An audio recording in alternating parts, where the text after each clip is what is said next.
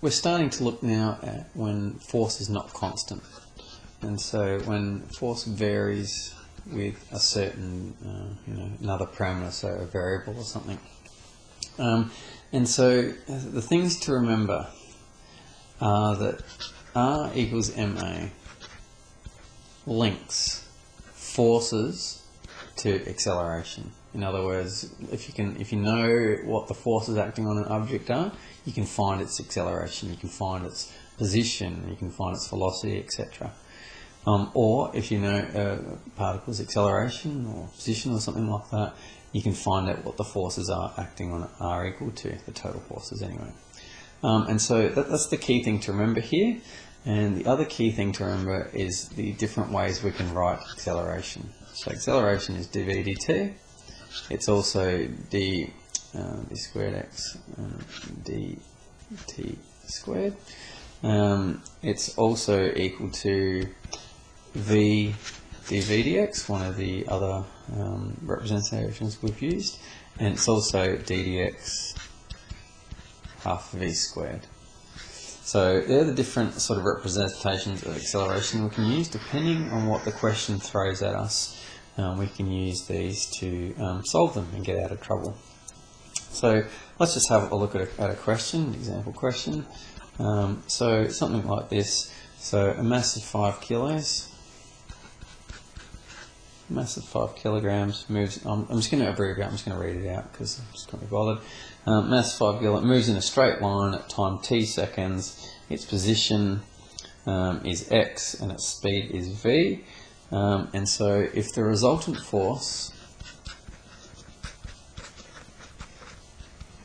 is 10 plus 5x, and its velocity is equal to 4 when x is equal to 0,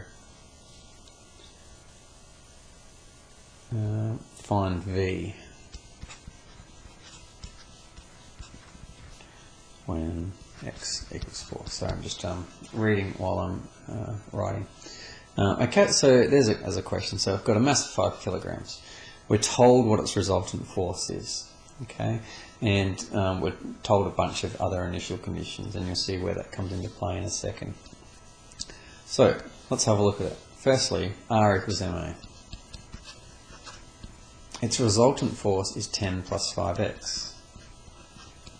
Equals its mass is 5 and acceleration is unknown. And so here we have an equation that we need to solve. So 10 plus 5x is equal to 5a. Now we need to find a way that we can rewrite acceleration here so we can solve. So we've got acceleration as a function of x, and we're given initial conditions of v and x. And so we need to figure out which representation to use, as I just sort of spoke about.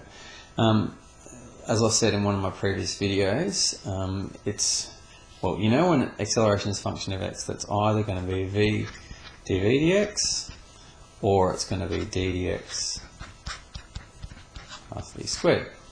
So if you look at this, if your acceleration, if you replace that with v dv dx, you can see that that's not going to work. But if you do this one in here, anti-differentiate with respect to x, and etc., you'll get a function of v in terms of x. That will work. So in this one, it's this one here. And if you use the cheat sheet that I gave you, it'll just say that on the cheat sheet to use that one.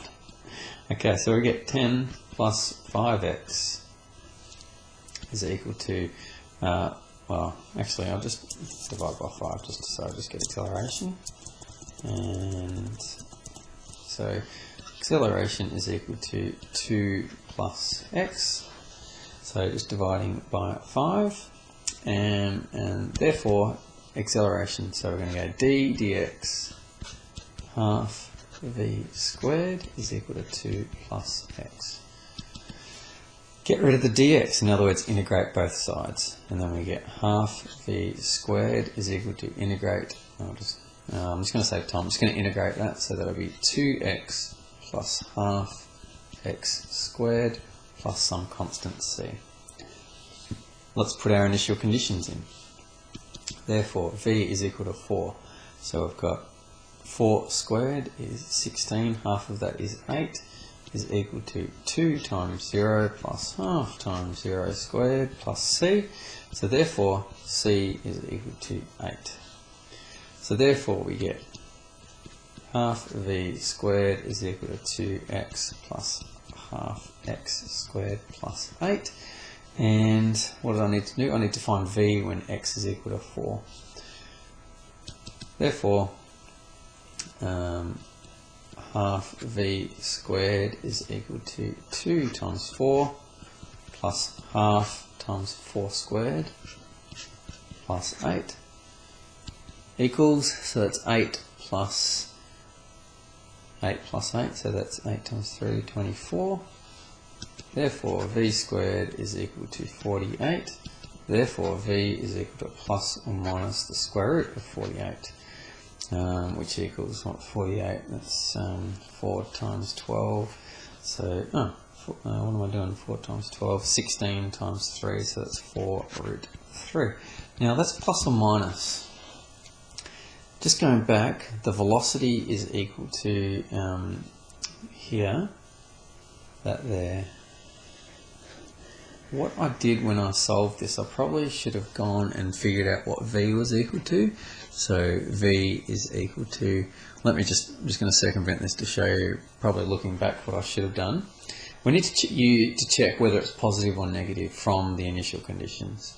So we'll times it by 2 and then take the square root of it. So it's plus or minus the square root of 4x plus x squared plus 16. Okay, so that's what v would be equal to. And using your initial conditions, v is 4 when x is equal to 0. And so therefore it's plus. Oops, oh, I just totally screwed that up. Therefore it's plus. So the velocity is positive. So just use that as a word to the wise, that when it's plus or minus, use your initial conditions to check whether it's plus or minus. In this case it was plus, so therefore the answer is 4 root 3. Our velocity was in meters per second, so it was in the question that I read out, but I didn't write that down.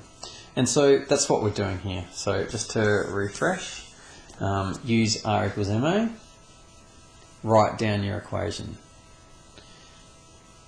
Use the appropriate form of acceleration to be able to solve the problem.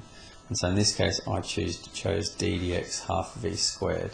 That allowed me to solve it, find any constants of integration that come up, and then write down your answer and solve whatever you're asked to do. Okay, so that's a variable force question. They're pretty easy if you're good at these sorts of things from earlier in kinematics. If you did your homework, did your questions, that shouldn't be a problem. The only addition that I've taught you today is using r equals ma to connect force to that acceleration. Cool, see you in the next video.